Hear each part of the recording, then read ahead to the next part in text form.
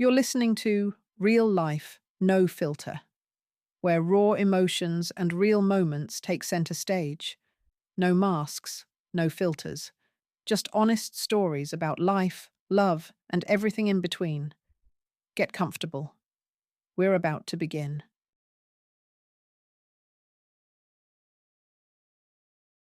Alice walked slowly along Shady Lane. Her path led back from the store.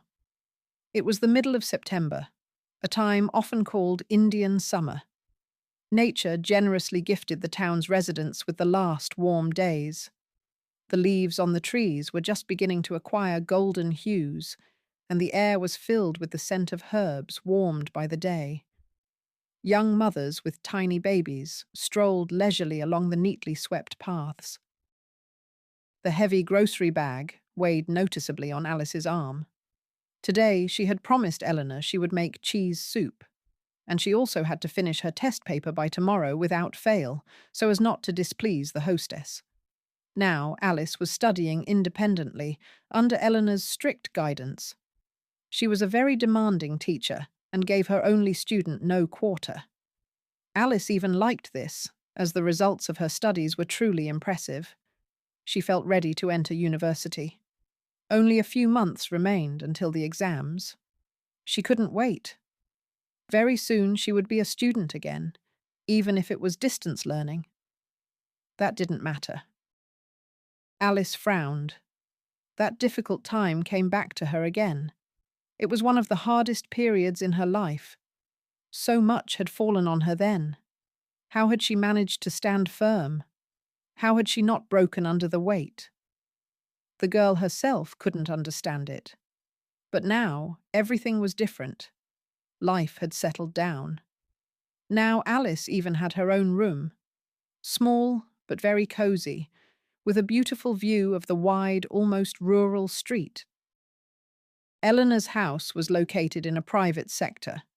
In the mornings, a rooster's crow could be heard from somewhere. Boys rode bicycles along the quiet streets with sparse traffic. Elderly women sat on benches near the front gardens. Silence and peace reigned here.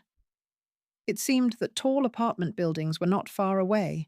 Cars rushed in a continuous stream along the roads. People hurried somewhere about their business. But here, it was an idyll. This district was not considered particularly prestigious, but Alice liked it very much. The girl unlocked the gate with a key and entered a small cherry orchard. The dog named Buddy barked happily, ran up to her, sniffed the bags, and wagged his tail. Alice smiled and patted his neck, taking out a treat she had bought especially for him from her bag. The dog even yelped with pleasure. She was always happy to see his sincere joy.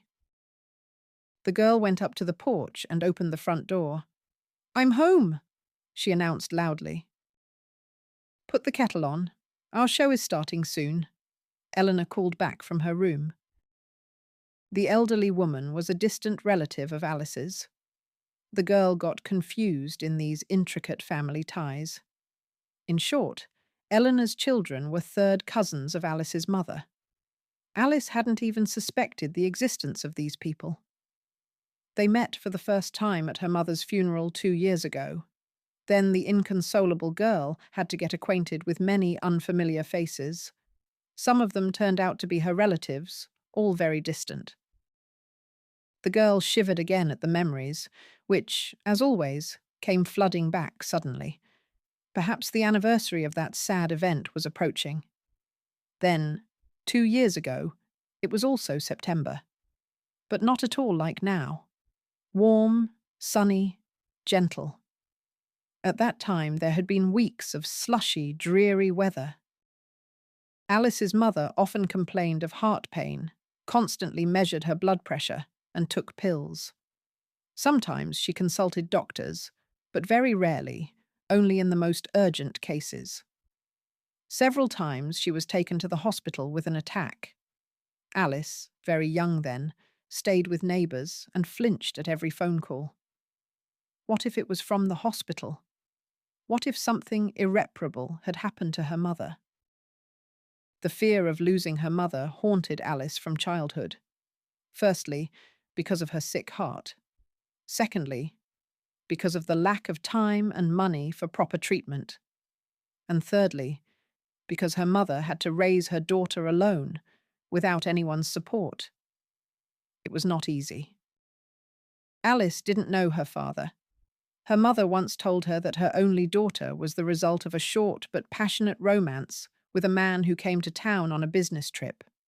Her mother didn't know where he was from, what he did, or if he had a family. That's just how it happened, that's all. And I don't regret anything, she often repeated. He was very intelligent, handsome, cultured. A daughter from such a man is the best gift of fate.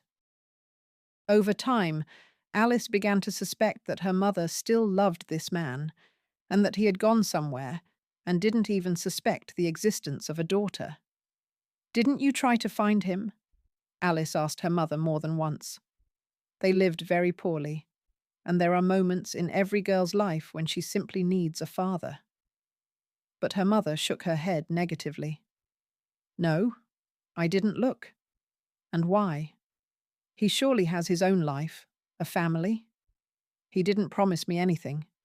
You are only mine." Her mother was the closest person to Alice. She always supported her, gave timely, unobtrusive advice, knew how to dispel any sadness with a few words, and knew exactly when it was best to leave her daughter alone and not bother her with questions. The woman worked as a cleaner in a local shopping centre, and after her shift, she also worked as a dishwasher in the nearest cafe. She had no education. Alice's mother grew up in an orphanage. Her parents led an inappropriate lifestyle, and the girl was removed from the family. But Alice's mother did not receive an apartment from the state as an orphan. Why? Because she had a share in her paternal grandmother's house. "If you had a grandmother, how did you end up in an orphanage?" the girl asked, confused, when she first heard her mother's story. "I had a grandmother, and other relatives too, but no one wanted a difficult child. My parents didn't look after me, they drank, they had no time for that. And I grew up like a weed, so they sent me to an orphanage. And then, after some time, there was a fire in my parents' house.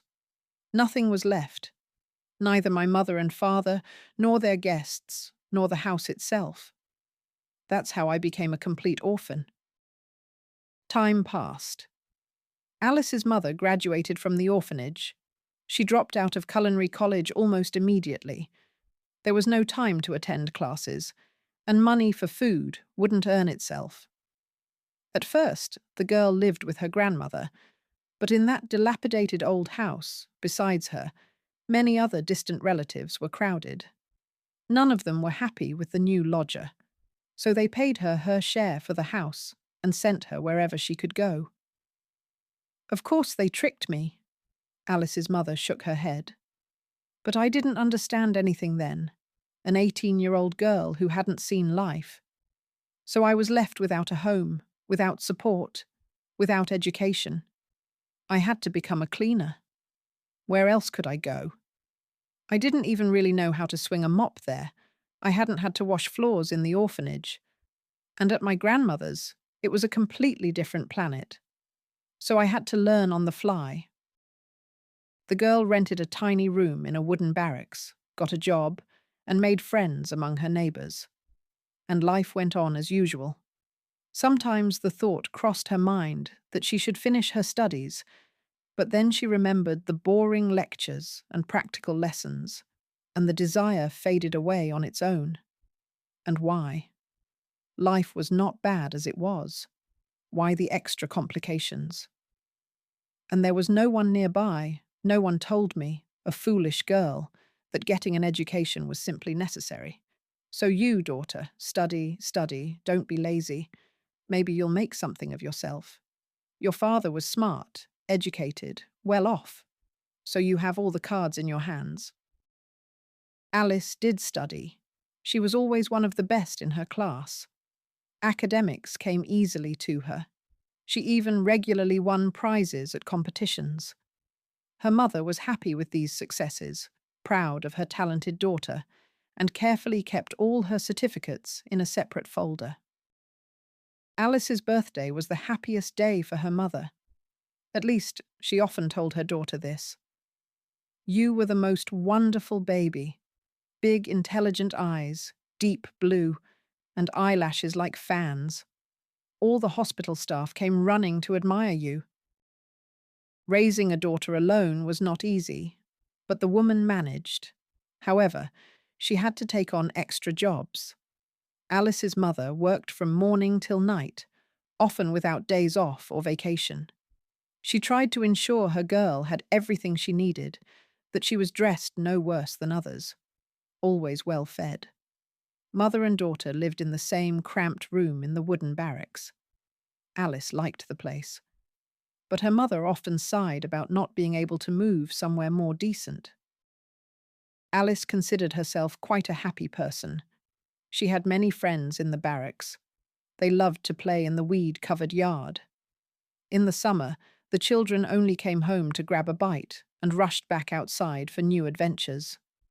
Their parents were all busy with work, so the boys and girls, left to their own devices, enjoyed their freedom. At that time, they didn't care at all that they lived in one of the poorest districts of the city. These children simply didn't know any other life. Alice's childhood was only overshadowed by constant anxiety for her mother. She got sick too often. Her mother would turn pale. Her lips would turn blue. Sweat would appear on her forehead. The woman would start breathing with a strange whistle and wheeze. Sometimes it would pass on its own or after a pill. Sometimes the girl had to run to a neighbor and call an ambulance. Periodically, her mother was taken to the hospital. But this happened rarely. Usually, the woman refused hospitalization. "What are you doing, Sarah? Have pity on yourself," a neighbor would say with distress in such cases. "How can I go to the hospital now? I work unofficially. There will be no sick pay. If I don't bring home my salary, what will my daughter eat? I'm thinking of my daughter." If you're thinking of your daughter, first and foremost, take care of your own health. Go to the hospital. Ally can stay with us for now. "I will. I'll save up a little money now, and then I will." But Alice's mother never found the time or the means for herself. To her daughter, shocked by another attack, she promised with a smile, "Nothing will happen to me while you're little, understood? I know what it's like to grow up in an orphanage, and I won't let that happen. You won't end up there." "But your heart, it needs treatment. What if you're gone?" "That won't happen anytime soon. My health isn't that weak. Everything will be fine. You'll see." And everything really was fine. Alice successfully finished school, got into university on a scholarship, and even into the most prestigious faculty at the time, economics. Her mother's joy knew no bounds. She called all the neighbors with this happy news. People congratulated her, happy that the woman's dream had come true. "Just study well now," her mother instructed Alice. "You'll achieve a lot, I feel it." Alice intended to study only for excellent grades, graduate from university with honours, and get a high-paying job. The future was painted in the brightest, most optimistic colours. Everything was indeed working out for the girl. Some things were difficult, but she had no lack of persistence. In her first year, Alice didn't get a single B on her transcript, only A's. She even started receiving an increased scholarship. But in her second year, at the very beginning of the academic year, what Alice feared most in the world happened. In the evening, her mother had another attack. The woman turned as white as a sheet. Her lips became completely blue. She couldn't breathe. She wheezed. She was suffocating. It was a terrifying sight. Alice called an ambulance. The doctors arrived quickly. But those 7 minutes of waiting seemed like an eternity to Alice. Her mother had never been so ill before. Soon the apartment filled with people in bright turquoise uniforms. They pushed Alice aside towards the door, opened their cases, and leaned over the patient. The girl understood that something very bad was happening from the doctor's worried faces and the snippets of phrases they exchanged. Anxiety squeezed Alice's heart. Shivers ran down her spine, her head swam, her legs felt like cotton, as if they were not her own. The girl had never been so scared. But hope, then still. Alice clung to it like a thin thread. Yes, her mother was very ill this time, but the doctors had to help her. If they saved her mother, everything would be different after that. Alice would no longer allow her mother to refuse hospitalization. She would take her parents' treatment into her own hands, and everything would be fine. Her mother was still quite young, not yet 40. But the paramedic suddenly sharply asked Alice to leave the room. The situation was getting out of control. The girl heard the phrases, "We won't make it," and "cardiac arrest." Terrible, frightening, hopeless words. Alice obediently went into the hallway, sat down right on the floor, and covered her face with her hands. She wanted to hide from everything happening in the saving darkness. "My condolences." A doctor came out into the corridor, taking off his uniform cap. "We did everything we could. You need to sign some papers." Alice seemed to scream, loudly and desperately. Hot tears streamed from her eyes. The terrible truth reached her gradually, and then everything swam before her eyes, spun around. The girl lost consciousness. She woke up on the sofa in her neighbor, Aunt Gina's room. "My poor dear," the woman sighed. "So young, and now you'll have to make your own way in life." Aunt Gina helped organize the funeral. Many people Alice didn't know came to say goodbye. Her mother's colleagues, her friends, relatives. Yes, it turned out that Alice had many relatives whose existence she hadn't even suspected. Her mother sometimes talked about them, but Alice wasn't interested in listening about strangers. That's when they approached her, her mother's third cousins, Robert and Victoria. Both looked well-groomed, clearly well off. They handed her an envelope with a small sum of money, wished her to be strong and hang in there. Alice looked at them with hope. Maybe they would offer their help and support. She, so confused and crushed by grief, desperately needed someone to lean on right now. But the relatives, apparently, considered their duty done, expressed their condolences once more, and left. About a week after the funeral, Alice started thinking about how she would live on. She had to earn a living somehow. She was 18 now, an adult. But what kind of work? And most importantly, when? Her studies occupied all her time. "Apparently, you'll have to leave university." Aunt Gina sighed sadly, shaking her head. "It's a shame. Your mother was so happy when you got in." "There's no way out." The girl sighed. She understood that her neighbor was right. She wouldn't be able to combine studying and working. And if she didn't work, she would soon be evicted from her rented apartment. And there would be nothing to eat. So it happened that Alice dropped out of university and got a job, like her mother, as a cleaner in a store. Ironically, it was the very same one. A year passed unnoticed. Alice barely made ends meet. The physical work was tiring, but even more exhausting were her thoughts about her mother. The girl grieved, her soul ached. It was hard to get used to the new reality, to a world where no one loved her and no one cared for her. Alice didn't like remembering those days. Even the thought of them made her feel heavy again. But what could she do? She had to accept reality and understand that life was like this, unpredictable, difficult, not always gentle. One day, the girl was returning home from her shift late in the evening. Her hands ached, her back was sore. Alice could barely move her legs and dreamed only of getting to her cozy, soft sofa as quickly as possible. People were standing near her door. In the dim light of the stairwell, the girl didn't recognize them at first and was frightened. But then they stepped out onto the landing, closer to the light. It was those distant relatives she had seen at the funeral. A man and a woman, Robert and Victoria, her mother's third cousins, and therefore uncle and aunt to her, Alice.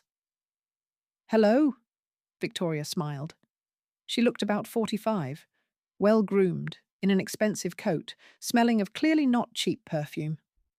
Robert stood behind her, shifting awkwardly from foot to foot. "Hello?" the girl stammered, surprised. These were the last people she expected to see on her doorstep. "We've come to see you," the man said curtly and added, "on business." On business? What business could they possibly have with her? Alice's surprise grew. Remembering the rules of politeness, she unlocked the door and let the guests in, frantically wondering if she had managed to make the sofa in the morning and clear the breakfast remnants from the table. Otherwise, it would be awkward. She had. The apartment greeted the visitors with silence and cleanliness. Victoria and Robert looked around, surveying the place, as people usually do when entering a new space. "Where should we sit?" Victoria smiled awkwardly. "Here." Alice pointed to the only sofa in the apartment. Victoria and Robert settled down on it. Alice sat on a chair opposite. An awkward silence hung in the air. The girl was already thinking of offering the guests tea. It was hard to bear this oppressive silence. But Victoria finally spoke. "Well, how are you living? How are you managing on your own?" Alice shrugged. Strange. They remembered her after a year, and now they were interested in her affairs. What about before? "Well, everything seems to be getting better," the girl replied. "I'm working as a cleaner, like Mom. I had to leave university." Poor girl. Victoria shook her head. From her tone and expression, it was impossible to tell if she was sincerely sympathetic to Alice or just pretending. "You're still young. You can still study," Robert said carelessly. "Yes, that's what I plan to do. I'll save up some money and get back on my feet a bit." "Good plan," Victoria approved. "Well, generally, judging by the state of this apartment, it seems to me that you don't have enough money to live on." "I have enough," Alice objected. "I pay the rent. I'm not starving. I'm managing." "We have a proposition for you," Robert stated directly. Victoria shot him an irritated look. "A proposition?" Alice raised her eyebrows in surprise. "Yes," Victoria nodded. A benevolent smile reappeared on her face. "We want to offer you free accommodation, food, and a small salary. I think this is a way out for you now." "How is that?" The girl didn't understand. Now, I'll explain." Victoria took a deep breath and began her story. Eleanor, Victoria, and Robert's mother had worked her entire life in the dean's office of the local economic college. She did administrative work and also managed to teach. Energetic, authoritative, independent, decisive. Retirement was hard for her, although it happened when Eleanor was already 75. The woman didn't want to leave her beloved college at all. She felt that everything would fall apart without her. Nevertheless, age is a stubborn thing. So Eleanor had to settle down at home. Then the woman took up the house and garden. She did repairs everywhere, made a small vegetable garden, got into singing, and became a member of the local choir for the elderly. Her nature demanded vigorous activity. But this still wasn't enough. Eleanor yearned for the times when she was a sought-after and indispensable employee of the college. "What about the grandchildren?" Alice asked. "Why doesn't she look after the grandchildren? She's not working." The girl had always dreamed of a loving grandmother who would bake her pies, listen to her joys and sorrows, and teach her to cook or knit. Robert grunted. Victoria took over again. "You see, my children, like Robert's children, have grown up. Yes, there was a period when they needed a grandmother, and we needed support, because work and small children are difficult. You'll find out yourself later. But for Mom then, it wasn't even a question of leaving the college. She loved her work too much. So the grandchildren hardly know her. They are, in essence, strangers to each other." Alice shook her head. How was that possible? Did the grandmother really not care about her grandchildren? There was clearly resentment in Victoria's voice, as if she still couldn't forgive her mother for not helping her with the children. Anyway, Mum's health deteriorated. Her blood pressure started fluctuating. The doctor prescribed her pills, which she often forgot to take. And at her age, of course, she should have had less physical exertion. But Mum spent whole days in her garden, in both heat and cold. Well, and the result is, she had a stroke, Robert explained in an even, calm voice. His face didn't show that he was particularly worried about it. But Victoria sighed heavily at her brother's words. "Yes, a stroke." The woman bowed her head. A neighbour noticed Mom lying right on the garden bed and called an ambulance. The doctors fought for her life for a long time. They didn't give us any prognosis. They even advised us to prepare for the worst. But she pulled through. "Pulled through?" Robert scoffed. "Pulled through? She's confined to bed." "What are you saying?" Victoria glared at her brother. "Confined to bed?" "Yes. Her legs are very weak now and one arm barely moves. But Mom walks, albeit with support. She's in her right mind. She just constantly needs someone nearby to prepare food, give her water, clean up, take her outside." "She refuses a caregiver categorically," Robert said with annoyance. "Yes, she refuses." Victoria nodded sadly. "She doesn't want a stranger in the house with her. She doesn't trust strangers." "And you?" Alice asked. "Well, what about me? I have work, my own family. Robert here also works from morning till night, and he's often sent on business trips. We can't be tied down to Mother. We tried to persuade her to get a caregiver. We even brought several candidates to Mother in the hospital when she was moved from intensive care to a regular ward. No, that's it. You can't trust a stranger in the house. Who knows what they're thinking?" Robert quoted his mother. "Therefore," Victoria's voice became soft and insinuating, like Alice the Fox from the Pinocchio movie. "Therefore, we need not a stranger, but one of our own, a relative." "Me?" Alice finally understood what this was about. "Of course you," the woman nodded. "You are the absolute best option. Young, quick, our relative, meaning not a stranger. And you are in need, no point in beating around the bush. This way you'll live in Mum's house, in good conditions, no need to pay rent. And looking after her isn't such a difficult job. We'll pay you, you can start saving, and then you can go back to university." "Mum?" Victoria shook her head meaningfully, leaving the sentence unfinished. Well, Alice, of course, understood everything. For some reason, she felt uncomfortable. "You'll have your own room?" Robert began to list. "Food. You can play computer games. You'll just need to feed her sometimes, help her wash up, and take her out for a walk. Ideal conditions." "I need to think about it," Alice said slowly.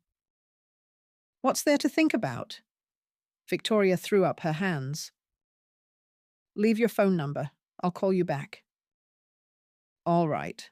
Just don't delay. We'll need to look for other options if you refuse. Mom is being discharged soon. After the relatives left, Alice sank into thought. She had never cared for elderly sick people. She couldn't even imagine what it was like. Could she handle it? What if this old woman turned out to be grumpy, mean, or a very severe invalid? Victoria and Robert could easily have just not told her everything to get Alice to agree to their terms. On the other hand, this really was a way out. Surely, helping an old woman after a stroke with household chores was better than running around floors with a mop all day. And the relatives promised a good salary. Plus, she wouldn't have to spend money on rent and food. When else would she get such a chance to save up for her studies? And Alice decided. She didn't wait until morning. She called Victoria back that same evening. "Wonderful!" the woman exclaimed happily. "You're smart. The right choice. Mother is being discharged next Monday. We'll bring her home and come for you right away. Be ready, pack your things, sort out your affairs." "Agreed," Alice replied. Her life was probably going to change a lot. Whether these changes were for the better or not, she would know later, much later. But if something went wrong, she could always leave, right? No one would keep her there against her will. On Monday, as Victoria had promised, Robert came to pick up the girl. He had a very beautiful and seemingly expensive car. Alice didn't know much about foreign cars. It was a black, shiny SUV. Yes, these relatives certainly weren't short of money. The man drove her to the private sector. Behind the fences, various houses flashed by, dilapidated shacks and practically palaces. Victoria and Robert's mother's house turned out to be something in between. Solid, substantial, but at the same time quite modest, not ostentatious. Alice noticed the garden. Cherry trees, bright flower beds, vegetable patches. And everywhere there were funny garden figures, gnomes, hedgehogs, rabbits. It looked very sweet. The girl even smiled. "Mom loved to fuss around here, with these beds, with the flower beds," Robert explained, noticing the girl's reaction. "Now everything here will fall into disrepair." "It won't," Alice thought. "I won't let that happen for anything." The girl felt sorry for the efforts of the elderly woman she hadn't yet met. It was immediately clear that the garden meant a lot to her. Robert led the girl into the house. Alice looked around with interest. Old-fashioned decor, like in movies about life in the USSR. A round table in the center of the living room. A dresser with beautiful dishes behind glass doors. Knitted round doilies everywhere. Cozy, nice, clean. Alice liked it here. It would be pleasant to live in such a place. "Eleanor is in her room," Robert informed her and led the guest further. Passing through a narrow, empty corridor, they found themselves in a spacious, bright room. At first glance, Alice was struck by the abundance of books. 2 walls were completely occupied by shelves, filled from floor to ceiling with multicolored volumes. It was a whole library. Alice's breath was taken away. She ran her eyes over the spines. Classics, detectives, encyclopedias, and many books on economics. Eleanor taught at the Economic College, that's what Victoria had said, right? So it wasn't surprising. Opposite the window stood a massive desk, piled high with notebooks and papers. A working mess. Against the free wall, not occupied by shelves, was a bed. And there she sat, Eleanor. Seeing the woman for the first time, Alice felt a little awkward. An authoritative cold gaze and disapprovingly furrowed brows. She sat on the edge of the bed, straight as a board, and looked at the entering Alice with a kind of reproach. "Meet Mom," Victoria, who had appeared in the room, smiled. "This is Ali. Remember I told you? Sarah's daughter. She'll be staying with you for a while." "I don't need a caregiver," Eleanor stated stubbornly. "I've told you this many times. My hands obey me. A little exercise, and I'll be as good as new." "The doctor said you shouldn't be left alone," Robert reminded her. "So don't argue." It was clear that the grown children had tried to convince their stubborn mother that she needed help more than once. Alice hadn't expected Eleanor to argue. She thought she herself was afraid to be alone in the house. But the elderly woman seemed to think otherwise. Victoria sighed tiredly. "Mum, why are you acting like a child? Alice will stay with you for a while. If you get stronger, regain your strength. I mean, when you're rehabilitated." Victoria corrected herself immediately under her mother's stern gaze. "Then she'll go back to her place. That's all." Eleanor tried to get out of bed, but she couldn't. It was clear that the woman's legs were very weak. Alice immediately rushed to her, offered her shoulder for support. It came naturally to her. Eleanor smiled bitterly and accepted the support. "All right," she declared. "Let her live here for now, but only until I get rid of the effects of the stroke. And I will get rid of them, believe me. You won't see me fail." Who would doubt it? Victoria smiled. Relief was reflected on her face. Finally, they had gotten their way. "You always achieve what you want," Robert supported his mother. "I don't remember otherwise." Then, Robert and Victoria showed Alice the house. There were 4 rooms here. The living room, Eleanor's bedroom, her son's and daughter's former children's room, and an empty small room that had apparently once served as a gym. At least, there was a wall bar, a pull-up bar, and an exercise bike in the corner. "Dad used to work out here," Robert explained. "He loved to repeat that movement is life. He tried to get me into sports, but it didn't work out." Victoria teased her brother, pointedly glancing at his impressive belly. "It didn't," Robert agreed. "You'll live here," Victoria announced. "If you want, you can work out. Consider it saving money on a fitness center." Robert laughed loudly at his sister's joke. Both of them were in high spirits now that the issue was finally resolved. "You'll sleep on this sofa. Bed linen and towels are in the closet." Then Victoria wrote down everything necessary in a thick notebook. A list of medications Eleanor had to take, the schedule of the invited masseur, and the elderly woman's approximate daily routine. The information was quite extensive. "If anything happens, call immediately," Victoria said. "Once a month, we'll transfer your salary to your card. You'll buy groceries and medications with Eleanor's money. She knows about it." "Mother might start being difficult, you know," Robert admitted. Victoria gave her overly talkative brother a meaningful look. "Don't listen to him. Mother's character is, of course, peculiar, but she has always been a reasonable person, and fortunately, the stroke hasn't changed anything in that regard. So everything will be fine. Well, if anything happens, call me." Happens? Victoria and Robert, having given Alice the final instructions, quickly left the house.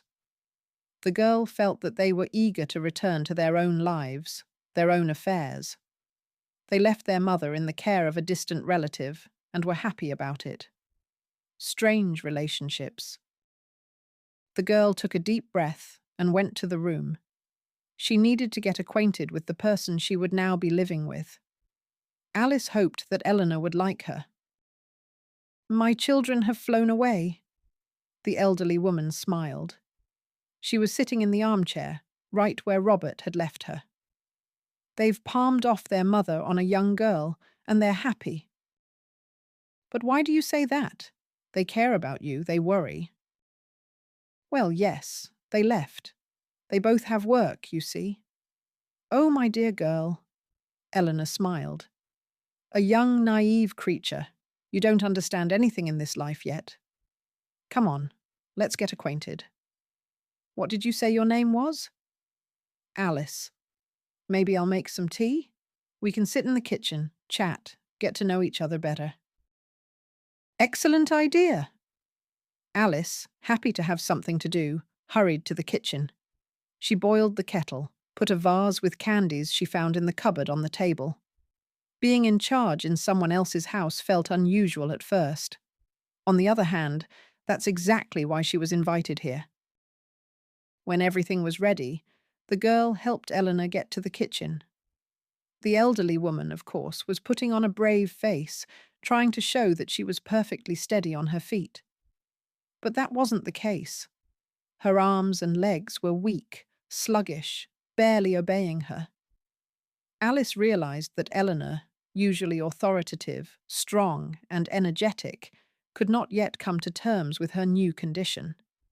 And she imagined how terrifying and painful this must be for a person used to an active life. The girl's heart ached with pity for Eleanor. "My favorite candies!" the elderly woman exclaimed happily, seeing the set table. "Mine too," Alice smiled. "But you're a child. Hello, everyone." Eleanor examined Alice closely. "How old are you?" 19, the girl replied. "You look younger, like a teenager." "I take after my mother. She always looked younger too." Looked. "Oh, Sarah, Sarah." Eleanor shook her head sorrowfully. "I hardly knew her. Just saw her a couple of times when she was a child. We didn't really communicate with my cousin, Sarah's mother. She didn't lead a very good life." "I'm sorry. That was your grandmother." "I know that story. Mum told me," Alice said. "That's why Mum ended up in an orphanage. Her parents drank. They didn't look after her at all. Well, and so I've thought about it many times. Maybe I should have taken Sarah under my guardianship. My children were a little older than her. But back then, I felt like I had escaped from that family, from that vicious circle. I didn't want to go back to the past. And I didn't find out that Sarah was in an orphanage right away. I thought her paternal grandmother had taken her in. After all, her father had a mother." "She didn't," Alice sighed. For some reason, she didn't like this conversation. It felt as if Eleanor was trying to find an excuse for not taking in the daughter of her deceased cousin. But she wasn't obligated to, was she? Eleanor asked Alice questions, inquired about her childhood, studies, and work. The hostess of the house sighed sadly and shook her head as she listened to how difficult things had been for Alice after her mother's death. At that moment, there was no hint of the irritation with which she had greeted the young guest on the woman's face. Alice liked this about Eleanor, her sensitivity, empathy, and attentiveness. Upon learning that the girl had had to drop out of the economics faculty, Eleanor visibly brightened, even seemed to glow. "You'll re-enroll next year," she stated confidently. "You'll study distance learning. By then I'll be stronger. I won't need someone around all the time." "I need to prepare," Alice said, spreading her hands. "Tutors and all that. To get back in on scholarship, I need to pass an exam, I checked. And I don't have the means for that yet."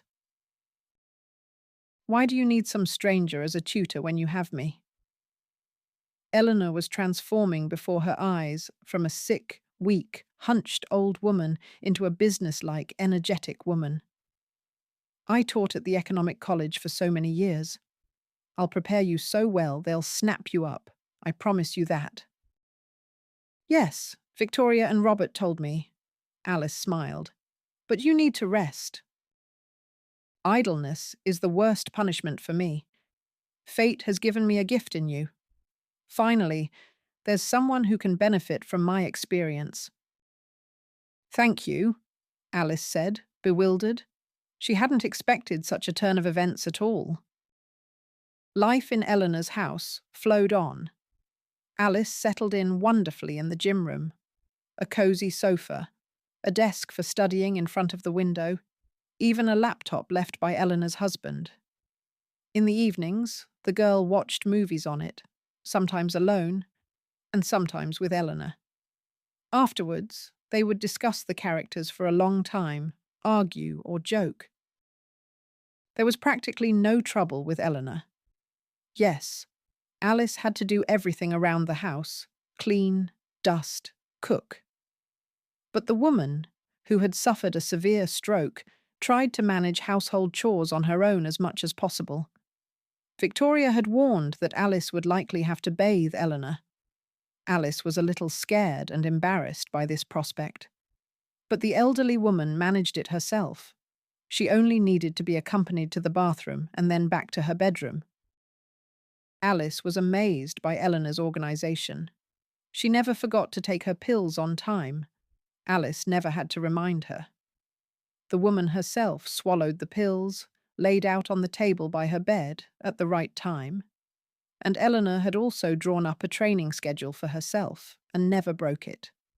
She would wake up in the morning, sit up in bed, and start working the other arm and both legs with the hand that was more or less obedient. It was hard for her. Alice could see that. Her face, lined with wrinkles, would turn red from the effort. Beads of sweat would appear on her upper lip. But the woman didn't give up, repeating movements that required immense effort again and again. This earned sincere respect. And there were results. At least, that's what Eleanor said. She claimed that she felt her strength returning every day and insisted that lack of movement was the worst thing, that even a healthy person could turn into an invalid from idleness, because nature is wisely arranged and unnecessary bodily functions gradually atrophy from disuse. Alice found it interesting to listen to Eleanor's reasoning. She learned a lot from this intelligent, erudite person. However, the hostess sometimes expressed surprise at Alice's lack of education. In her opinion, the girl didn't know basic things, had poor knowledge of art and history. "What? Are you not interested in anything at all?" Eleanor would ask, looking at Alice sternly. "I was an A student in school and at university." Alice would lower her eyes shyly. Next to Eleanor, she realized that she truly wasn't very knowledgeable.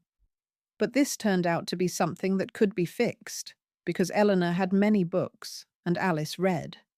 She read voraciously, selflessly, without stopping.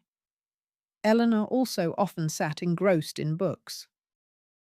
And Eleanor also created a study plan for Alice, so that she would definitely pass her exams with high scores in the winter and get into the university for distance learning on a scholarship. They studied every day, always in the living room, at the long oak table. Eleanor didn't miss lessons, even on days when she clearly didn't feel well.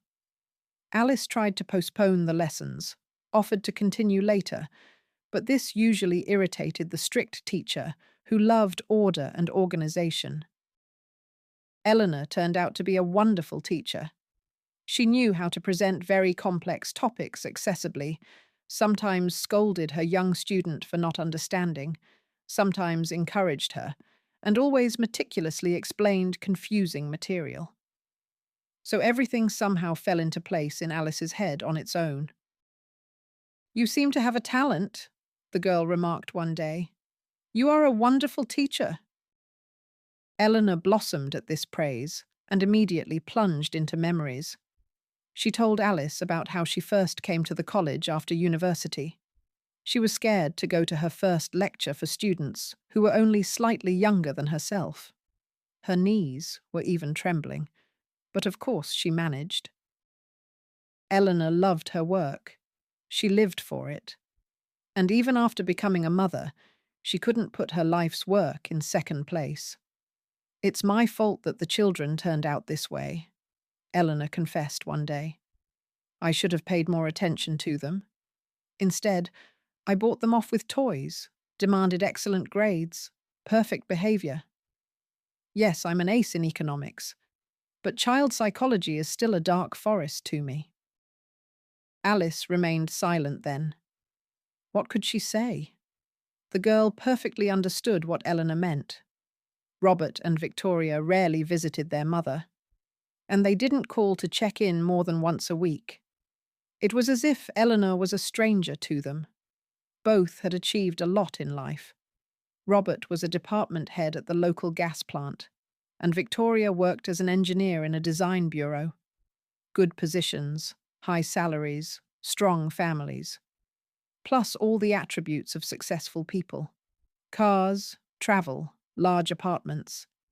It should have been a source of pride and joy for any mother. But the relationship between the grown children and Eleanor didn't work out. They, of course, fulfilled their duty. They didn't abandon their mother after the stroke. They found her a caregiver, and not just a stranger off the street, but a relative, albeit a distant one. But neither of them was going to sit with their sick mother themselves. During their rare visits, Victoria and Robert said polite phrases to Eleanor, asked banal questions out of politeness, always inquired if she needed anything. Having fulfilled the social protocol, they would cut short their busy, bright lives, content that they wouldn't need to show up here for a long time. At first, Alice was surprised by such relationships. The indifference of the children towards their mother was incomprehensible to her. It was so unlike the girl's relationship with her own mother. Despite their poverty, they always supported each other, talked a lot, laughed, and grieved together. This gave Alice the strength to live. It filled her with energy. But here, they seemed like complete strangers. Then Eleanor confessed that she had paid almost no attention to her children. I worked from morning till night, and so did my husband. Victoria and Robert were practically raised by their grandmothers. From our side, there were gifts, nice clothes, trips. Perhaps that's how we tried to compensate for the lack of communication. Eleanor said that work had always been her priority. The children, sometimes, they even irritated her. They constantly asked questions, demanded attention. She had to look after them, get distracted. Of course, the woman loved her son and daughter. She did everything she could for them. Got Robert rare electronic construction kits from abroad, paid for Victoria's expensive costumes when she took up ballroom dancing, sent the children to camp by the sea. When they grew up, using her connections, she helped her son and daughter get into the faculties they dreamed of, and then helped them find jobs. At some point, our relationship became transactional. Eleanor sighed. I noticed it late. My daughter refused to discuss her boyfriend with me. I saw she was dating someone, but Victoria avoided talking about it. My son, he didn't say anything to me except, "Hi, bye, top up my card." My husband was angry with the children, called them ungrateful, spoiled, selfish. In part, that was true. But we were also to blame. I don't know. Alice shook her head. My mother also worked constantly and didn't give me any such gifts. But nevertheless, we cared for each other and understood each other. I don't think you are to blame for anything. It was sad for her to hear this story. The girl felt that Eleanor was trying to justify her son and daughter by taking the blame on herself, and this also showed her motherly love. And Victoria and Robert. They were indeed spoiled and selfish people. Perhaps Eleanor's only fault was that her children got everything they wanted from an early age, giving nothing in return. That's why they grew up as consumers, believing that everyone in the world owed them something. And Victoria sincerely considered her well-fed childhood difficult only because her mother didn't always have time to watch her performance. What did she know about a difficult childhood, when your mother is at work all day, and you, a 10-year-old, have to run to the store yourself and cook dinner? Alice even liked it, taking care of her mother. She was so tired from work. Mom. The girl became sad again. How she missed her voice, her smile, her warm gaze. Robert and Victoria didn't appreciate their happiness. Unlike her, they could visit the person closest to them at any moment. Only they weren't in a hurry for some reason. Alice helped Eleanor get to the living room. Lately, despite regular exercise, she had noticeably declined. The girl had called doctors to the house several times. They just shrugged. What did you expect? Age, extensive stroke. You're lucky she's not completely bedridden and is in her right mind. You know how it can be. It was hard for Alice to see Eleanor weakening before her eyes. She put on a brave face, tried to look cheerful and healthy, but more and more often she needed to lie down during the day. Less and less often she asked to be taken out to the garden, to sit among the cherry trees, to chat with Buddy, to breathe the fresh air. Alice shared her observations with Victoria and Robert. They sighed sadly and said much the same thing as the doctors. Age, stroke, what could be done? However, Robert promised to arrange for Eleanor to go to a sanatorium. They were supposed to support and treat her there. Legally, patients of that age weren't admitted, so the man was looking for workarounds. But for some reason, the process was dragging on. Alice suspected that Robert wasn't trying very hard. On the screen, the characters were sitting at a cafe table, arguing. Eleanor watched with interest. The hand holding the teacup trembled noticeably. It was completely weakened. Alice noted this alarming detail with pain. Something had to be done. But who? Who to turn to if the doctors explained everything by the patient's age, and her own children didn't care about their mother's condition at all?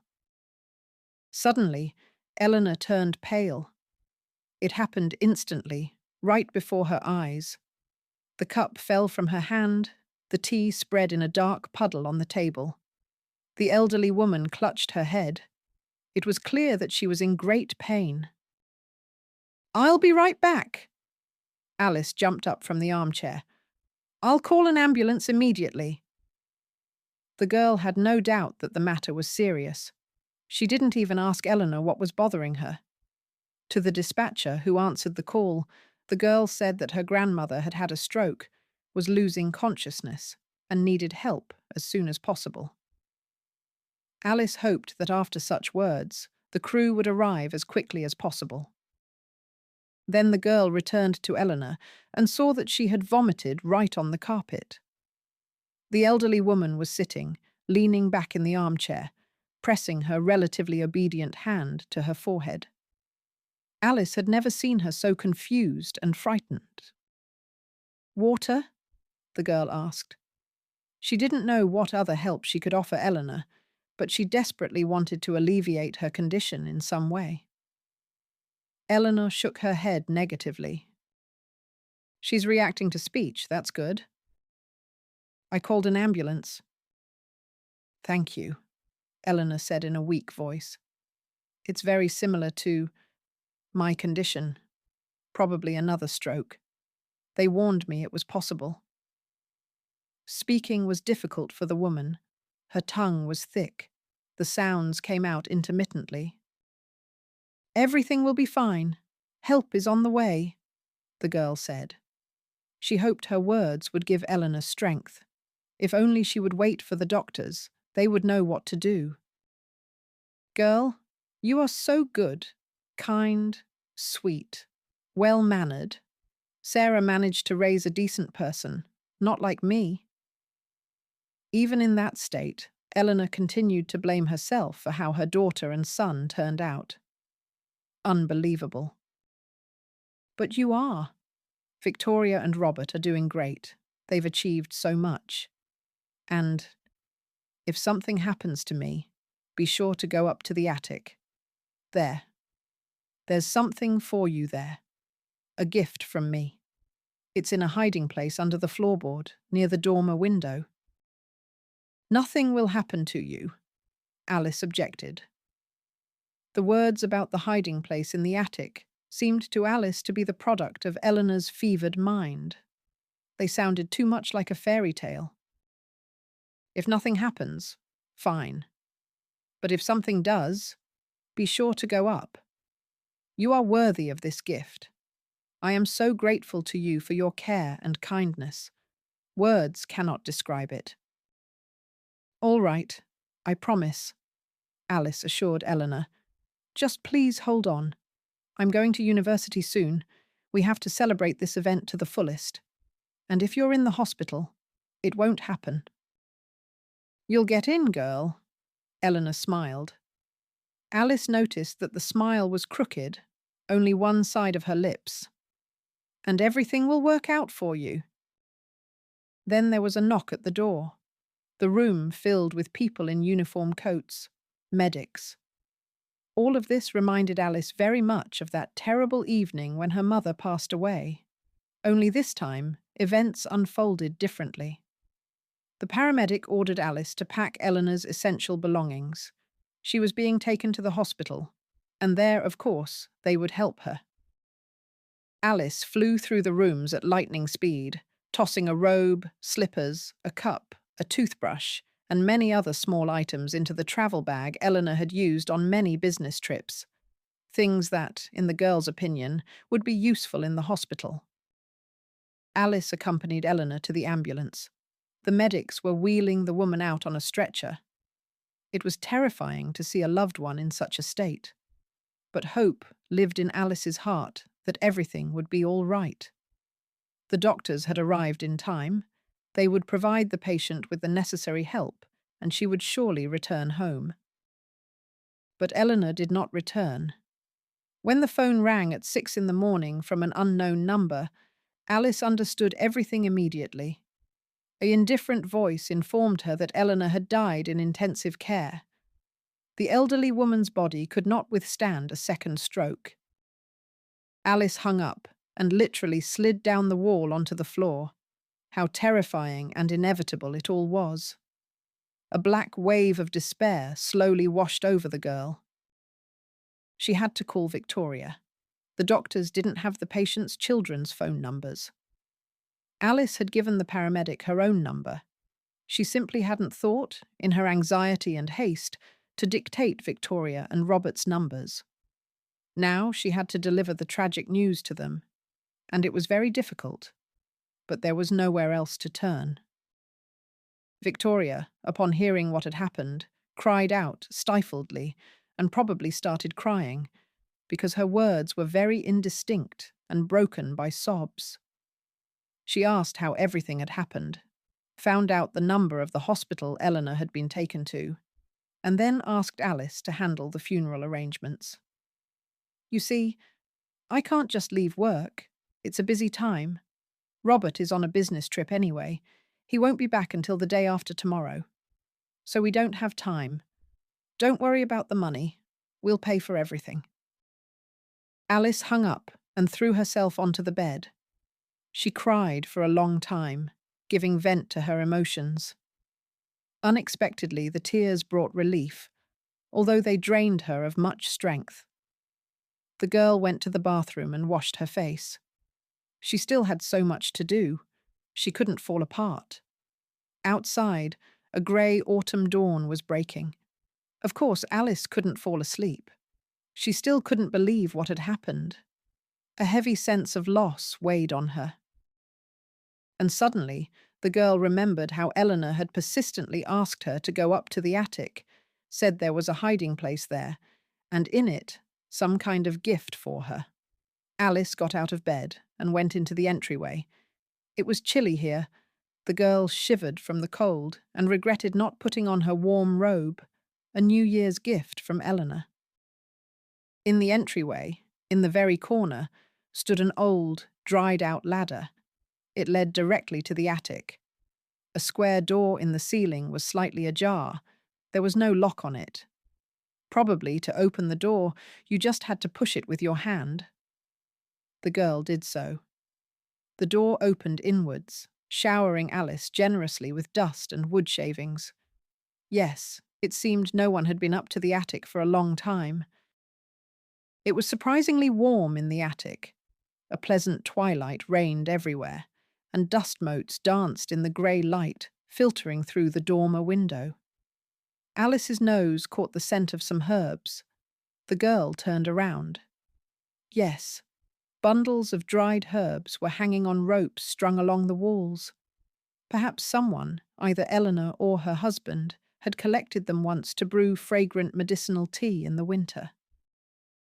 The girl expected to see a cluttered, cramped space. In her imagination, an attic was a place where people stored various junk. But here, there was surprising cleanliness. Eleanor and her husband were clearly organized hosts.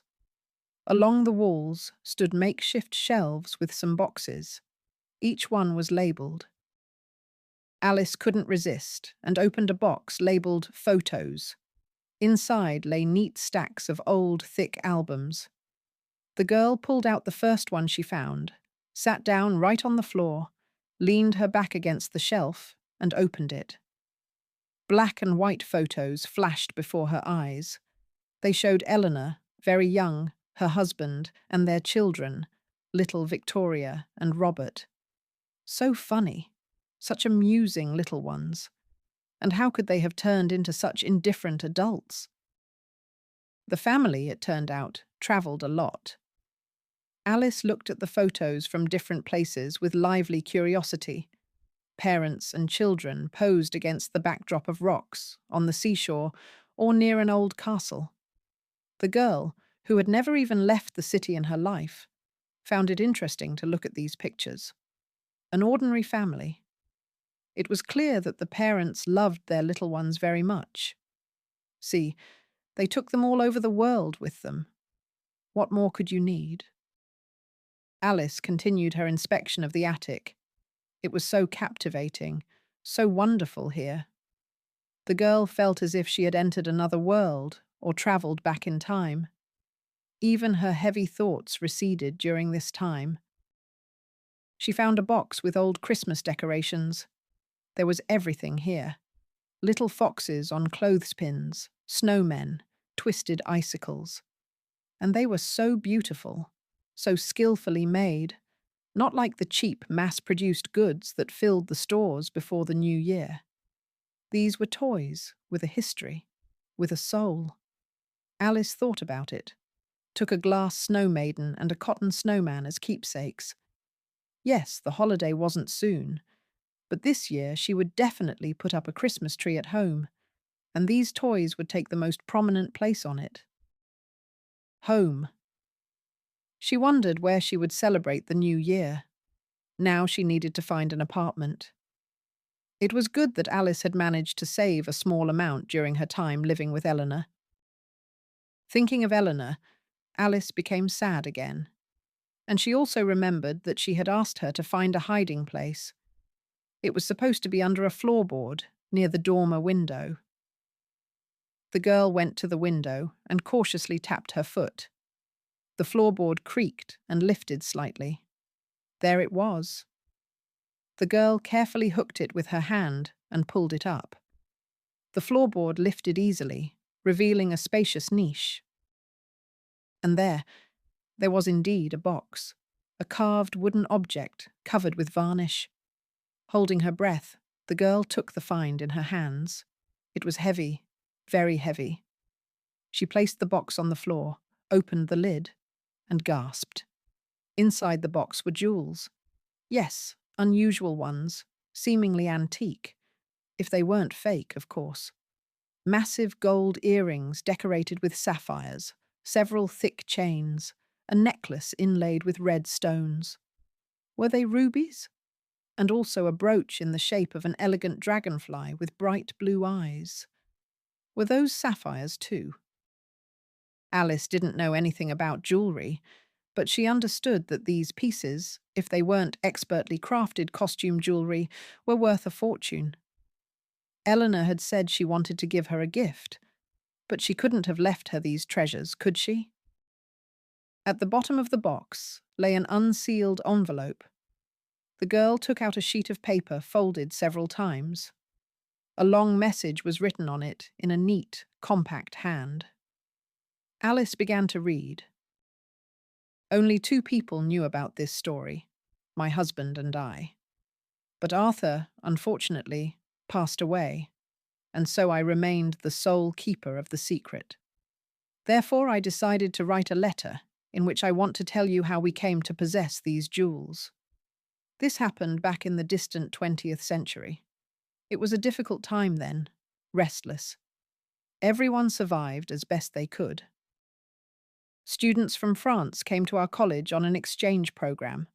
Among them was Paul, a talented, enthusiastic young man. I liked him immediately. We had a lot in common. We were both passionate about academics. I was his teacher. After graduating from college, the young man was supposed to head a department in a large Russian-French company, and the young man, despite his young age, was ready for this without any doubt. Collected, purposeful, quick-witted, a worthy young man. So, Paul brilliantly defended his diploma and went to work at this very company. His position was so tempting, many would have wanted to sit in that chair. And the salary was good, the bonuses were decent, and the career prospects were simply brilliant. We communicated sometimes, rarely, because both he and I were workaholics, always working and enjoying it. I must say, I didn't even notice that Paul hadn't been in touch for a long time. Working, nothing surprising. But one day, the young man's father called me. Jean was in despair. He claimed that his son had been framed, and now he was in prison, awaiting sentencing. He begged me to look into it. I decided that his son could receive a long sentence. The desperate father simply didn't know who else to turn to. Of course, I immediately took up the investigation. I had many acquaintances in the right structures, former students and colleagues. I managed to find out what was going on. I managed to uncover a carefully planned crime. The police wouldn't have dug so deep because there was too much evidence against Paul. The case looked obvious and simple. He had been framed, skillfully led to make deliberately wrong decisions. Paul was given incorrect figures, and someone signed for him in some places. As a result, the department head was accused of embezzling a large sum and abusing his official position. Paul, that most honest and even somewhat naive young man, fortunately managed to gather the necessary evidence. Paul was acquitted. He went back to his homeland. He didn't want to stay in Russia any longer. But about a month after this story, Jean came into my office. I didn't expect to see Paul's father. This man had flown specifically from France to meet me. He thanked me with tears in his eyes, shook my hand, hugged me, said that I could turn to him for help at any moment, and he would do anything for me. And he gave me this very box with family jewels, passed down in their family from generation to generation. Of course, I refused, but he was very persistent. As proof that the jewels came to me legally, Jean handed me a deed of gift for these treasures. Well, that's basically it. I preferred to put the jewels in a hiding place and not tell anyone about them for the time being. Times were like that. It wasn't worth publicizing such things. We weren't in need of money. But who knows, perhaps a time would come when these treasures would help our family out. So they lay for many years in the hiding place under the floorboard. The person reading these lines is certainly worthy of this gift, if I have revealed this secret to them. Alice read the letter quickly, like a gripping detective story. So this was Eleanor, not indifferent to others' misfortune, a fighter for justice. She conducted a whole investigation and achieved an acquittal for the innocent Paul. There was another sheet of paper in the box. Alice held it up to her eyes. It was covered in words in French. Alice didn't know this language at all. But judging by appearances, the paper was official, with stamps and signatures. Perhaps another confirmation of ownership of the jewels, or proof of their authenticity. Alice admired the jewels for a while longer. They seemed to have been created several centuries ago, a real rarity, witnesses to history. She wondered who wore them and what life was like for these noble Frenchwomen. What did they see? What did they do? No, this beauty definitely couldn't belong to her, Alice. Eleanor, in revealing the secret to her, must have been out of her mind. Perhaps something in her consciousness had simply gotten mixed up. Of course, the family jewels would go to her children, just like the house. At the thought that she would never see Eleanor again, Alice's heart ached once more. She carefully put the jewels back in the box and returned it to the hiding place under the floorboard. It was time to go downstairs and start preparing for the funeral. Alice managed. She succeeded in organizing a dignified farewell for Eleanor. Many people came. They all approached Victoria and Robert, offering words of comfort. It was not surprising that so many people wanted to say goodbye to Eleanor. After all, she had led an active life. Many people knew, loved, and respected her. After the funeral, Alice returned to the empty house. She thought she wouldn't be able to sleep, but the fatigue and tension of the past few days took their toll. The girl fell into a deep sleep as soon as she reached her soft sofa. And in the morning, Victoria came to visit.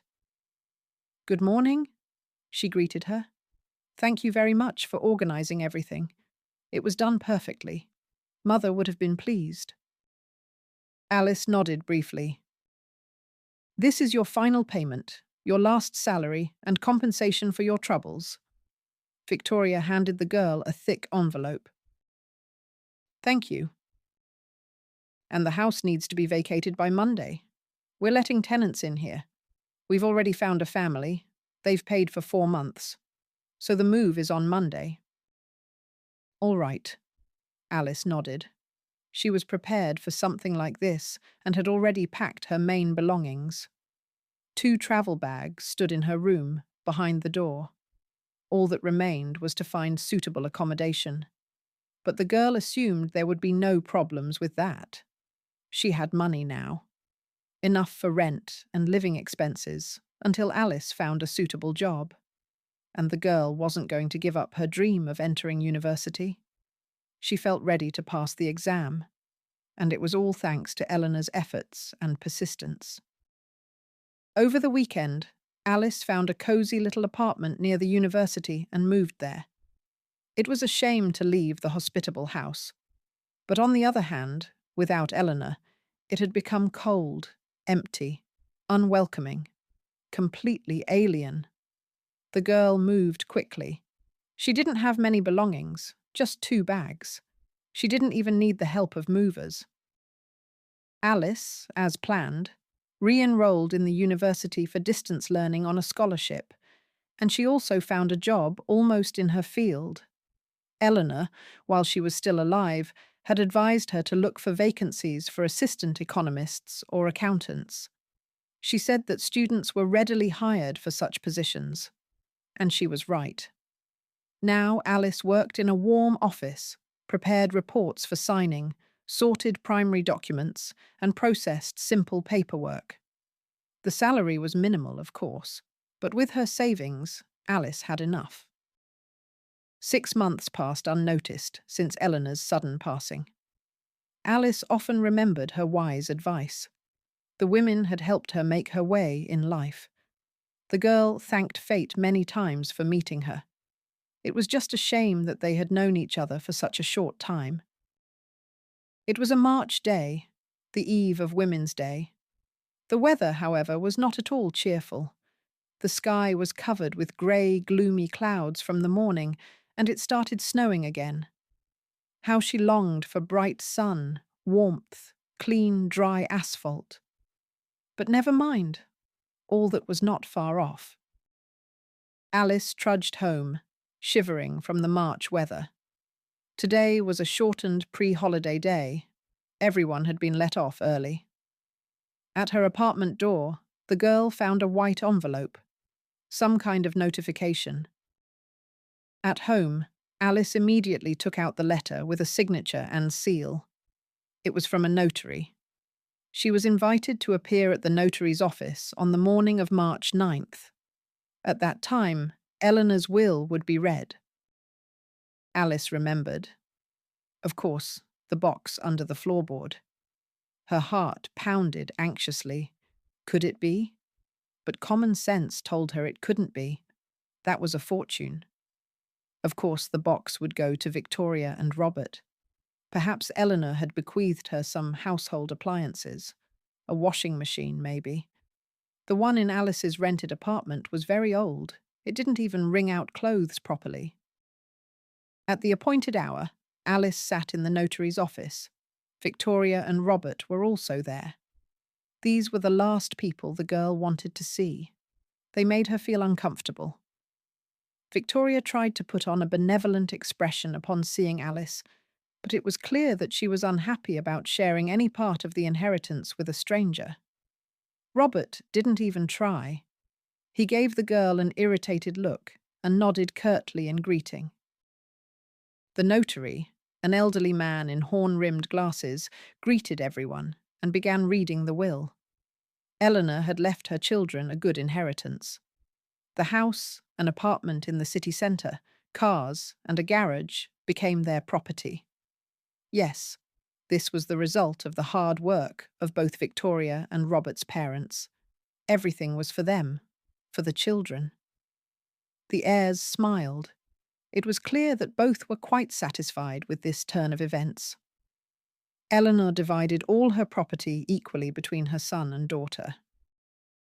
And now, regarding the inheritance of Alice Amosova, the notary said.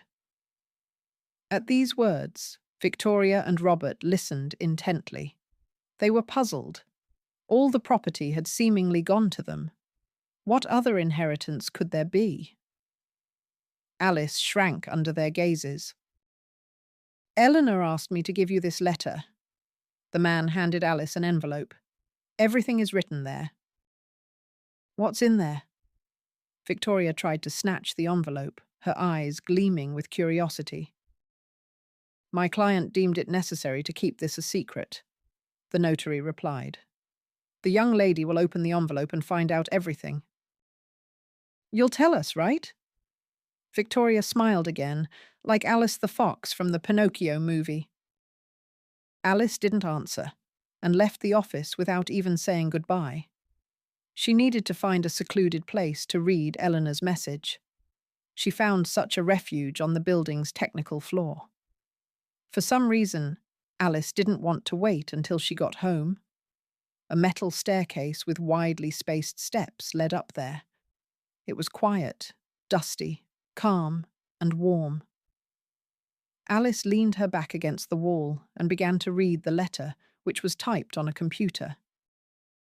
Alice, my dear girl, if you are reading this letter, it means I am no longer here. I want to thank you for the care and warmth you gave me. It turns out to be so pleasant, and it means so much. You may not understand now, but you will live to my age, and everything will fall into place. You are a wonderful person, a sensitive, kind, modest girl, and at the same time, intelligent, purposeful, hard-working.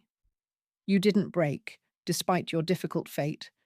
You have a steel core inside you. Remember that. You will achieve a lot in life. But making your way alone is very difficult. Without connections, without pull, without money, without the support of loved ones. I know this firsthand. And that is why I want to give you this gift. I know you will use it wisely. There is a box in the hiding place in the attic. It is hidden under the floorboard, near the dormer window. It contains jewels. They are worth a fortune. But you will read everything in more detail later in the will, which should be in the envelope. They are yours. You are worthy of this. I specifically asked the notary for one service, not to read the will in front of my children. They have already received a lot. But knowing their character, they would try to contest the will and deprive you of the inheritance. It is my own fault that I raised them this way. What can I do? But you, be happy. Remain just as kind, as good. Thank you again for filling my days with warmth and light. Alice lowered the letter to her lap, smiled, as if she had just spoken with Eleanor again. How she missed her. So, the treasures from the hiding place really belonged to her, Alice. And now it seemed poverty and destitution were behind her. She wouldn't have to count pennies until payday anymore, plan a meager budget, save on everything she could. She would have to get used to this. Alice took a deep breath. Eleanor sincerely hoped that everything would work out for her, that she would achieve a lot and keep kindness in her heart, no matter what. Well, Alice simply couldn't let her down,